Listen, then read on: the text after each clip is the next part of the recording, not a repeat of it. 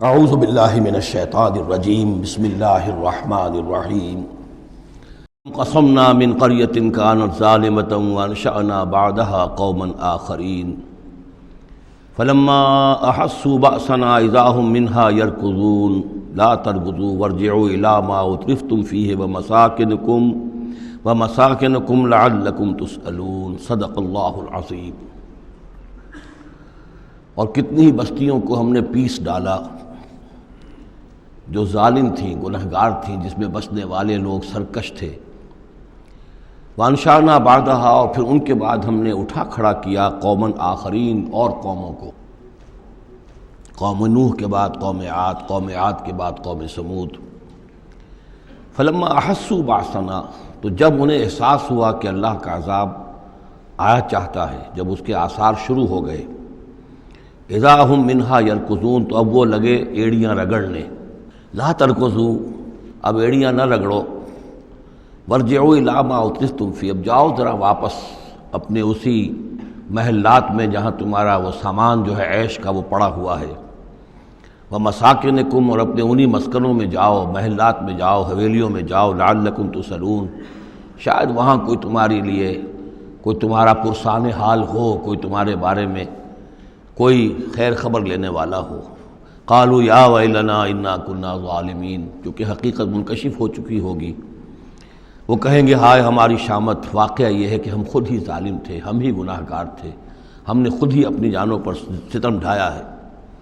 فما زالت تلک دعواہم، تو یہی وہ کہتے رہے، یہی ان کی بات رہی،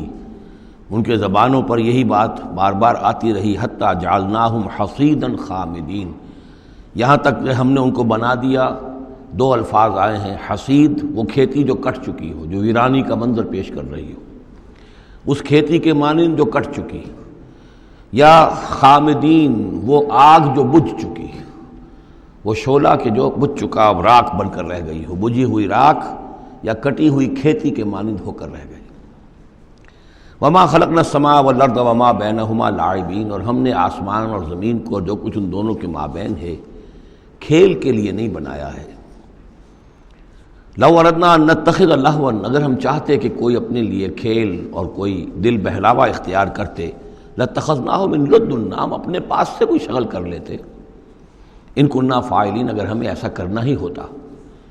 یعنی یہ جو دنیا ہم نے بنائی ہے یہ تو پختہ قوانین پر ہے، اس کی سنت اللہ جو ہے اس کی بہت ہی پختہ ہے۔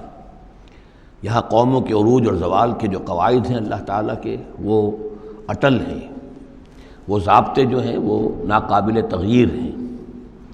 بل نقذف بالحق علی الباطل فیدمغہ، یہ ہے اصل میں وہ فلسفہ تاریخ کا کہ جو قرآن مجید پیش کرتا ہے۔ تاریخ انسانی کے بہت سے نظریات ہیں۔ اسپینگلر کا ایک ویو ہے کہ جیسے ایک انسان جو ہے بچہ ہے، پیدا ہوتا ہے، پھر جوان ہوتا ہے، پھر بوڑھا ہوتا ہے، پھر مر جاتا ہے، ایسے ہی قومیں اور تہذیبیں اور تمدن ابھرتے ہیں، پھر یہ کہ وہ کمزور پڑتے ہیں، پھر ان میں خرابیاں پیدا ہوتی ہیں، پھر وہ ختم ہو جاتے ہیں۔ تو مختلف قسم کے نظریات ہیں تاریخ کے بارے میں، یا پھر مارکس نے دیا ہے ڈائلیکٹیکل میٹیریلزم کا ایک نظریہ دیا، تو وہ تمام چیزیں قرآن کا بھی ایک نظریہ ہے، اور وہ یہ ہے کہ دنیا میں ہمیشہ سے ایک کشاکش چل رہی ہے حق و باطل کے مابین، جسے اقبال نے کہا ہے کہ ستیزہ کار رہا ہے ازل سے تا امروز، چراغ مصطفی سے شرار بولہوی۔ یہ حق و باطل کی ایک کشاکش چل رہی ہے، ایک دشمنی ہے، عزازیل شیطان لعین ابلیس اور اس کی نسل اور اس کے ایجنٹ ایک طرف ہیں، اور اللہ کے نیک بندے، انبیاء و رسل، اولیاء اللہ، صدیقین، شہداء، یہ سب دوسری طرف ہیں۔ ان کے مابین ایک کشاکش ہے، کشمکش ہے جو مسلسل چلی آ رہی ہے۔ اور اس میں پھر فرمایا کہ اللہ تعالیٰ ایک مختلف مواقع پر حق کو دے مارتے ہیں باطل کے سر پر۔ یعنی یہ تصادم جو ہے، ویسے تو حق و باطل کی کشاکش اور تصادم جاری رہتی ہے، لیکن کبھی کبھی ایکسپلوسیو ہو جاتا ہے، یہ تصادم نمایاں ہو جاتا ہے، یہ باقاعدہ ایک معرکے کی شکل اختیار کر لیتا ہے، اور اللہ تعالیٰ پھر حق، یعنی حق کی طاقت، جو کوئی قوت ہوتی ہے حق والی، جماعت ہوتی ہے، گروہ ہوتی ہے، کوئی امت ہوتی ہے، کوئی اس طرح کا ایک جمعیت کھڑی ہو جاتی ہے حق کے لیے، تو اللہ تعالیٰ اس کو باطل کے سر پر دے مارتا ہے۔ بل نقذف بالحق علی الباطل، حق کو دے مارتے ہیں باطل پر۔ فَيَدْمَغُهُ وہ اس کا بھیجا نکال دیتا ہے، فَإِذَا هُوَ زَاهِقٌ اور پھر وہ باطل جو ہے وہ یقیناً وہاں سے کھسک جانے والا ہوتا ہے، وَلَكُمُ الْوَيْلُ مِمَّا تَصِفُونَ اور تمہارے لیے تباہی ہے اس سے جو تم کہہ رہے ہو۔ اسی میں ہے جو اس دور میں پھر جو ایک بڑا زبردست معرکہ ہونے والا ہے، جس کا میں نے کل بھی تذکرہ کیا، آرمگڈون، جو کرسچین ٹریڈیشن کی روح سے، اور الملحمۃ العظمیٰ وہ جو حضور صلی اللہ علیہ وسلم کے فرمان کے مطابق، جس کے لیے کہ علامہ اقبال نے بھی بڑی صحیح جو ہے وہ ایک پیشن گوئی کی ہے یا نقشہ کھینچا ہے کہ دنیا کو ہے پھر معرکہ روح و بدن پیش، تہذیب نے پھر اپنے درندوں کو ابھارا۔ وہ تہذیب جس کا میں تذکرہ کر چکا ہوں سورہ طٰہٰ کے ان الفاظ میں، طریقتکم المثلیٰ، تمہارا مثالی تمہارا کلچر، تمہاری تہذیب، تمہارا نظام، اس کو بڑا خطرہ درپیش ہے۔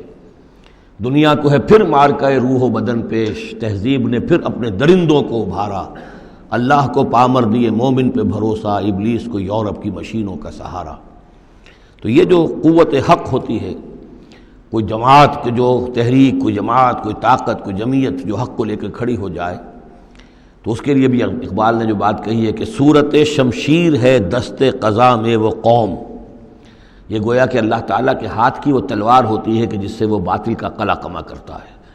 صورت شمشیر ہے دست قضا میں وہ قوم، کرتی ہے جو ہر زمان اپنے عمل کا حساب، اپنا محاسبہ کرتی ہے کہ ہم کیا کر رہے ہیں، کہاں جا رہے ہیں، صحیح جا رہے ہیں، غلط جا رہے ہیں۔